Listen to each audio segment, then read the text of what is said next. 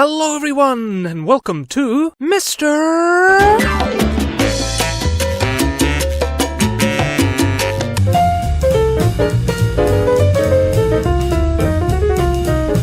This is the Caribbean, and here is Cuba. Now, let's go, shall we? The biggest Caribbean island, Cuba was first inhabited around 3000 BC by peoples whose simple lives of hunting and fishing with crude tools made from mollusks has left little behind to learn about. Many centuries later, the similarly simple living Guanajuato made Cuba home, but were pushed out to the western tip of the island by the Taino, who arrived in canoes from South America around 1250, that's AD, not PM, and took over most of the land, farming, playing ball games, and building villages of thatch-capped huts ruled over by chiefs. These were the people whom Columbus met when he sailed over from Europe. Naturally, he claimed the island for Spain. Taino dominance of Cuba was soon ended, as they ended up conquered, and, possessing no immunity to introduced diseases such as smallpox, started dying with disturbing rapidity. The unscathed were sent to slave in mines, in blatant disobedience to the command of the King and Queen of Spain that the natives be treated humanely and paid wages. By 1513, the number of natives was so minuscule that slaves were imported from Africa to replenish the labor shortage. Cuba has many natural resources, but not much gold, which is what the Spaniards wanted most. As such, Cuba became the Spanish Empire's main HQ in the New World, the spot from where De Soto traveled up to explore North America, and from where Cortés launched his campaign to conquer the Aztecs of Mexico. Spain fortified Cuba once it became clear that the English, French, and Dutch had plans for the Americas too, not to mention the pirates hoping to scrape off some riches for themselves. Things calmed a little by 1700, and the following years saw Cuba develop a profitable industry based on sugar. Spain found itself at war with Britain, which saw the British capture Cuba's capital Havana, and they would have kept Cuba had not Spain agreed to give Britain Florida instead. As the Industrial Revolution began to bloom, Cuba invested heavily in machinery and mills to boost their sugar production. By 1860, Cuba supplied nearly 1/3 of the world's sugar. Sweet. Yes, with a bitter aftertaste of knowing that this was the result of slavery, which was finally abolished in 1886. Meanwhile, calls for independence were loudening. Cuba had withstood the revolutions of Latin America, where countries split away and won liberty from Spain. But now the people were restless and wanted to be free, and numerous uprisings flared up and were repressed. No one wanted Cuban independence more than the poet José Martí, who had been exiled for his activism. On his return, he died in battle and became the country's national hero. Martí dreamed of independence, but also feared American annexation. Those fears materialized in 1898, when the US intervened in Cuba's War of Independence. The American public had been hoodwinked by the fake news rolling hot off the press from men like Citizen Kane here, where fabricated stories of Spanish atrocities against Cubans horrified the public. When the USS Maine was sunk, most likely from an accidental fire in the coal bunkers spreading to the magazines, Spain was blamed and war became inevitable. Spain was crushed by America, who took Cuba, only handing it to the Cubans after guaranteeing their economic interests in the Platt Amendment. So Cuba was, I suppose, free, with Tomás Estrada Palma as first president. He leased Guantanamo Bay to America in perpetuity, but he faced severe opposition in 1906, leading to the second occupation of Cuba by America. While Cuba was again returned, continued American intervention to safeguard its economic interests in the island made it clear who was really boss. As you've no doubt noticed, Cuba seemed fated to have a wonderful relationship with the United States, with many warm memories to look back upon when charting its course in the future. For decades, Cuba was subject to corrupt leaders, and society was tense and muddled. Now, one way to silence discontent, aside from enacting reforms, is using force. This was the policy of Fulgencio Batista, who took power in a military coup in 1952. The Cubans were in quite a quandary. About a third of them were impoverished, the sugar-based economy was stagnant, the mafia was running Havana, and American tourists were drinking and living it up right in their faces. A revolutionary movement began to expand under the leadership of communist Fidel Castro. His rugged followers took to the hills, and a guerrilla war ensued that saw Batista toppled and exiled and Castro in control. In response to Cuba nationalizing private-owned American oil refineries, the US imposed an economic embargo on Cuba, which was bad news, as the Cuban economy had long depended on America. Luckily, Cuba had the backing of the USSR, whose monetary support sustained it. Some 200,000 Cubans fled to South Florida, while Castro had his opponents executed. Castro's famous sidekick, the Argentine Ernesto Che Guevara, has ironically made a lot of capitalists happy via t-shirt sales, and himself became a ruthless executioner at La Cabaña prison. Castro had his hands full with revolutionists fighting him from the mountains, which encouraged the CIA to try to overthrow him in the Bay of Pigs invasion, or fiasco, which ended in a total Cuban victory history. The following year saw the Cuban Missile Crisis, where the Soviet Union planned to place nuclear weapons in Cuba, and where the US opposed it, and where everyone thought World War III would happen, but Khrushchev and President Kennedy came to an agreement, and the crisis ended. Cubans then began intervening around the world in support of Marxist causes. Che was doing so in Bolivia in 1967 when he was captured by Bolivian forces, acting on CIA intelligence, and executed. Cuba's next major migraine sprouted in 1991 with the collapse of the Soviet Union, which had been propping up Cuba for decades. Economic hardship followed along with food shortages, so Castro began encouraging capitalists to invest in Cuba, building hotels and so on, and the subsequent tourism helped the country stay afloat. In 2008, the ill and ailing Castro passed power to his brother, who enacted numerous reforms, including more private businesses and less government restriction. In 2014, President Obama oversaw the resumption of diplomatic relations with Cuba after over 50 years of estrangement. But when U.S. embassy staff in Havana began suffering various health issues in 2016, the Cuban government was blamed and the U.S. reimposed restrictive measures. In 2019, Miguel Díaz-Canel became president of the isolated country. What the future holds is uncertain, but let's hope it's good. So that's Cuba, the country popularly associated with cigars, mambo and cha-cha-cha, streets lined with laundry drying in the sun, kids without shirts riding bikes, a healthcare system that makes every Western socialist salivate, classic cars, Ernest Hemingway, rum and mojitos, a country which in reality is far more complex, certainly for a mere super quick history. Until next time, bye-bye!